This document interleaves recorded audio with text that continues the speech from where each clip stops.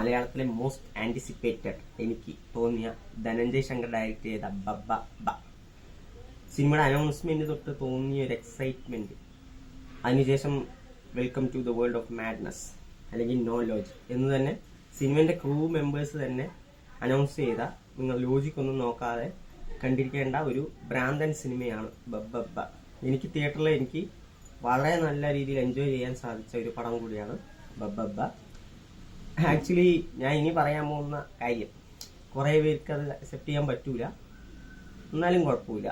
കാരണം എല്ലാവരും ആഗ്രഹിക്കുന്നത് ഇപ്പോൾ ഈ സിനിമയ്ക്ക് നെഗറ്റീവ് പറയാനാണ്. പക്ഷെ എനിക്ക് ക്ലീൻ ആയി വർക്കായി 2.5 മണിക്കൂർ അടിച്ചു പൊളിച്ച് തിയേറ്ററിൽ എക്സ്പീരിയൻസ് ചെയ്യേണ്ട ഒരു കിടിലൻ എന്റർടൈനറാണ് സിനിമ.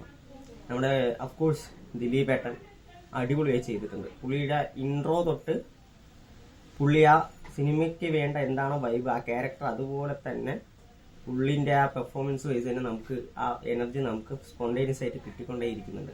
സിനിമയുടെ തുടക്കത്തിൽ ഞാൻ പറഞ്ഞ പോലെ ഇത് മറ്റൊരു വേൾഡാണ്. അതായത് പുള്ളി ആ ഡയറക്ടർ സെറ്റ് ചെയ്ത ഒരു സംഭവത്തിലോട്ട് നമ്മളെ കിടക്കുകയാണ്. കുറെ പ്രാന്തന്മാരൊക്കെ ഉള്ള രസകരമായ കാഴ്ചയാണ് സിനിമ കാണുന്നത്. ആദ്യം ഒരു മുഖ്യമന്ത്രിയെ തട്ടിക്കൊണ്ടു പോകുന്നു, സാധാരണക്കാരനായ ദിലീപാണ്. എന്തിനു തട്ടിക്കൊണ്ടുപോകുന്നു, എന്താണ് പരിപാടി എന്നൊക്കെ കാണാനുള്ള ആകാംക്ഷയാണ് സിനിമയിലുടനീളം കാണാൻ പറ്റുന്നത്. ഫസ്റ്റ് ഹാഫിനെ സംബന്ധിച്ചിടത്തോളം ഈ റെഫറൻസുകൾ കൊണ്ട് നിറഞ്ഞ് അത് നല്ല രീതിയിൽ പ്ലേസ് ചെയ്ത് തിയേറ്ററിൽ ആഘോഷിക്കാൻ പറ്റുന്ന തരത്തിലുള്ള പ്ലേസ് ചെയ്ത് നമ്മളെ ഭയങ്കര നല്ല രീതിയിൽ എന്റർടൈൻ ചെയ്തിട്ടുണ്ട് സിനിമ. ഇതിൽ കുറേ കാര്യങ്ങളുണ്ട് റെഫറൻസ്. നിങ്ങൾ തിയേറ്റർ കണ്ടു തന്നെ ബോധ്യപ്പെടുത്തേണ്ടതാണ് ഒരു കാര്യം. ഇന്റർവെൽ ബ്ലോക്ക് ഒക്കെ ഹെവി ആയിരുന്നു. കാരണം ഇന്റർവെല്ലിൽ ആ ഫൈറ്റ് സീക്വൻസ്, അതിന്റെ കൂടെ വെച്ച സോങ് പ്ലേസ്മെന്റ് എല്ലാം ഗംഭീരമായിരുന്നു. പിന്നെ പെർഫോമൻസും ദിലീപേട്ടൻ ഓഫ്കോഴ്സ് കിടിലായിട്ട് തന്നെ ചെയ്തിട്ടുണ്ട്. ഒപ്പം വന്ന എല്ലാവരും, ബൈജു, നമ്മുടെ ശോഭൻ ചേട്ടൻ, ബാലു വർഗീസ്, അങ്ങനെ എല്ലാവരും. പിന്നെ എടുത്തു പറയേണ്ട ഒരു കോമ്പിനേഷൻ എനിക്ക് പേഴ്സണലി ഭയങ്കര സ്ട്രൈക്കിംഗ് ആയി തോന്നിയത് ദിലീപേട്ടനും ശരണ്യയും തമ്മിലുള്ള ഒരു കോമ്പിനേഷനാണ്. വളരെ കുറച്ച് നേരമൊക്കെ ഉള്ളൂ, പക്ഷെ ആ വൈബ് നമുക്ക് ഭയങ്കര ഒരു എന്താ പറയുക, ഒരു ഈ സിനിമയിലെ മാഡ്നെസ് നമുക്ക് കാണുന്ന ഒരു തരത്തിലുള്ള കിടിലൻ സാധനമായിരുന്നു ബബ്ബ ബ എന്നുള്ള സിനിമ. ആക്ച്വലി പാട്ടുകൾ, ഷാനിന്റെ പാട്ടുകൾ എനിക്ക് അങ്ങനെ ഇതായി തോന്നിയില്ലെങ്കിൽ ഗോപി സുന്ദറിന്റെ ബാക്ക്ഗ്രൗണ്ട് സ്കോർ അത്യാവശ്യം കൊള്ളായിരുന്നു. അഫ്കോഴ്സ് ഞാൻ പറഞ്ഞ ഫസ്റ്റ് ഹാഫ് ഒട്ടും ലാഗ് അടുപ്പിക്കാതെ വളരെ എൻജോയ്മെന്റ് ആയിട്ട് എന്റർടൈനിങ് ആയിട്ട് കൊണ്ടുപോകുന്ന കളർഫുൾ ആയിട്ടുള്ള ഒരു പരിപാടിയാണ് ഫസ്റ്റ് ഹാഫ് സെറ്റ് ചെയ്തിരിക്കുന്നത്. കിടിലൻ ഇന്റർവെൽ ബ്ലോക്ക് ഉണ്ട്. പിന്നെ ഇന്റർവെലിന് ശേഷമാണ് നമുക്കറിയാം നമ്മുടെ ലാലേട്ടൻ വരുന്നുണ്ട്.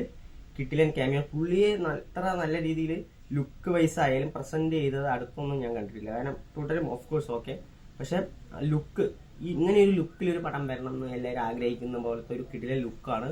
മാരക സ്വാഗാണ് സിനിമ. പിന്നെ ആളുകൾ പറയും ഈ ആർക്ക് മീശവിരിയും മുണ്ടുമടക്കി കുത്തല്ലേ ഈ പടത്തിലും തന്നെ കാണിച്ച് ബോറടിക്കുന്നില്ല. പക്ഷെ അത് ഇഷ്ടപ്പെടുന്നവരുണ്ട്. അത് തിയേറ്ററിൽ ആ പ്ലേസ് ചെയ്യുന്ന രീതിയിൽ ആസ്വദിക്കാൻ പറ്റുന്ന ആളുകളുണ്ട്. ആക്ച്വലി എനിക്ക് തോന്നിയത് ഈ ഓൺലൈനിലാണ് ഈ കൂടുതൽ നെഗറ്റീവ് സാധനങ്ങൾ ഇതിൽ വരുന്നത്. പക്ഷെ തിയേറ്ററിൽ അതൊന്നും കാണാൻ പറ്റിയിട്ടില്ല. സത്യം പറഞ്ഞാൽ ഞാൻ കണ്ടപ്പോൾ എല്ലാവരും എൻജോയ് ചെയ്തിട്ടാണ് കാണുന്നത്. എല്ലാവരും ഇപ്പോൾ നമ്മൾ സംസാരിച്ച് ഇങ്ങനെ പോകുന്ന സമയത്താണെങ്കിൽ മോനെ ഒരു രക്ഷയില്ല, അങ്ങനെ അടിപൊളിയായിട്ടില്ലേ, അങ്ങനെ ഒരു ഇതാണ് പറയുന്നത്. പക്ഷെ നേരെ ഓൺലൈനിൽ വന്നു കഴിഞ്ഞാൽ ഫുള്ള് നെഗറ്റീവാണ്. പടം കാട്ടാപരാധമാണ്. കുറെ പേര് ആറാട്ടുമായിട്ടൊക്കെ കമ്പയർ ചെയ്യുന്നുണ്ട്. നിങ്ങളത് കേട്ട് ഇരുന്ന് കഴിഞ്ഞാൽ അത്യാവശ്യം നല്ല രീതിയിൽ തിയേറ്റർ എക്സ്പീരിയൻസ് ചെയ്യേണ്ട ഒരു സാധനമാണ്. അത് മിസ്സാകും എന്നുള്ളതാണ്.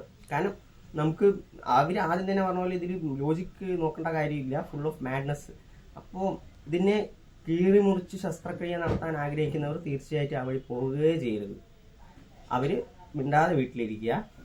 അല്ലാതെ ഈ സിനിമയുടെ ജോണറും അതെന്താണെന്ന് മനസ്സിലാക്കി പോയി കഴിഞ്ഞു കഴിഞ്ഞാൽ നമുക്ക് നല്ല രീതിയിൽ അവസാനം വരെയും എന്റർടൈൻമെന്റ് ആയിരിക്കും. എനിക്ക് തോന്നിയിട്ടുള്ള ഒരു കാര്യം, ഫസ്റ്റ് ഹാഫ് കംപ്ലീറ്റ് ദിലീപേട്ടൻ കൊണ്ടുപോയി. കാരണം കുറെ പേര് പറഞ്ഞു ലാലേട്ടനെ കൂട്ടുപിടിച്ചിട്ടുള്ള പൊക്കാനുള്ള പരിപാടി. പക്ഷെ ഒന്നുമില്ല, ഫസ്റ്റ് ഹാഫ് ദിലീപേട്ടൻ ഒറ്റയ്ക്ക് തന്നെ അടിച്ച് തൂക്കിയിട്ട് സെക്കൻഡ് ഹാഫിലോട്ടാണ് ലാലേട്ടൻ വരുന്നത്. ലാലേട്ടന്റെ ക്യാരക്ടറും അത് കാര്യങ്ങളൊക്കെ ഒരു വ്യത്യസ്തമായിട്ടുള്ള രീതിയിൽ പറഞ്ഞു പോകുന്നുണ്ട്. പക്ഷെ സെക്കൻഡ് ഹാഫ് കുറച്ച് ഫസ്റ്റ് ഹാഫിനെ അപേക്ഷിച്ച് കുറച്ചൊന്ന് ഫ്ലാറ്റ് ആയി പോകുന്നുണ്ട്. കാരണം ഫസ്റ്റ് ഹാഫിന് അത്ര സ്പീഡ് ഉണ്ടായിരുന്നില്ല. ഫ്ലാഷ് ബാക്ക് സീൻസ് ഒക്കെ വരുന്നതുകൊണ്ട് ആ ഫ്ലാഷ് ബാക്കും അത്ര ഇമ്പാക്ട് ഉണ്ടായിരുന്നില്ല. സ്റ്റോറി വൈസ് നോക്കുകയാണെങ്കിൽ സിനിമയിൽ ഏറ്റവും ഡ്രോബാക്ക് ആയി തോന്നിയതാണ്. അതും കൂടെ ഒന്ന് ബെറ്റർ ആക്കിയിരുന്നെങ്കിൽ ഈ സിനിമയെ കുറച്ചുകൂടെ നന്നായി കൊണ്ടുപോകാമായിരുന്നു. പിന്നെ അഴിഞ്ഞാട്ടം സോങ് എനിക്ക് വലിയ സുഖമായി തോന്നിയില്ലെങ്കിലും അതിന്റെ വിഷ്വൽസ് അടിപൊളിയായിരുന്നു. ഈ രണ്ടുപേരിന്റെ കോമ്പിനേഷനിലുള്ള വിഷ്വൽസും കാര്യങ്ങളൊക്കെ അടിപൊളിയായിരുന്നു. അങ്ങനെ നമുക്ക് ഞാൻ പറഞ്ഞ പോലെ ഒരു കിടിലൻ എന്റർടൈനറാണ്. 2.5 മണിക്കൂർ നമ്മളെ ബോറടിക്കാതെ കണ്ടിരിക്കാൻ പറ്റും.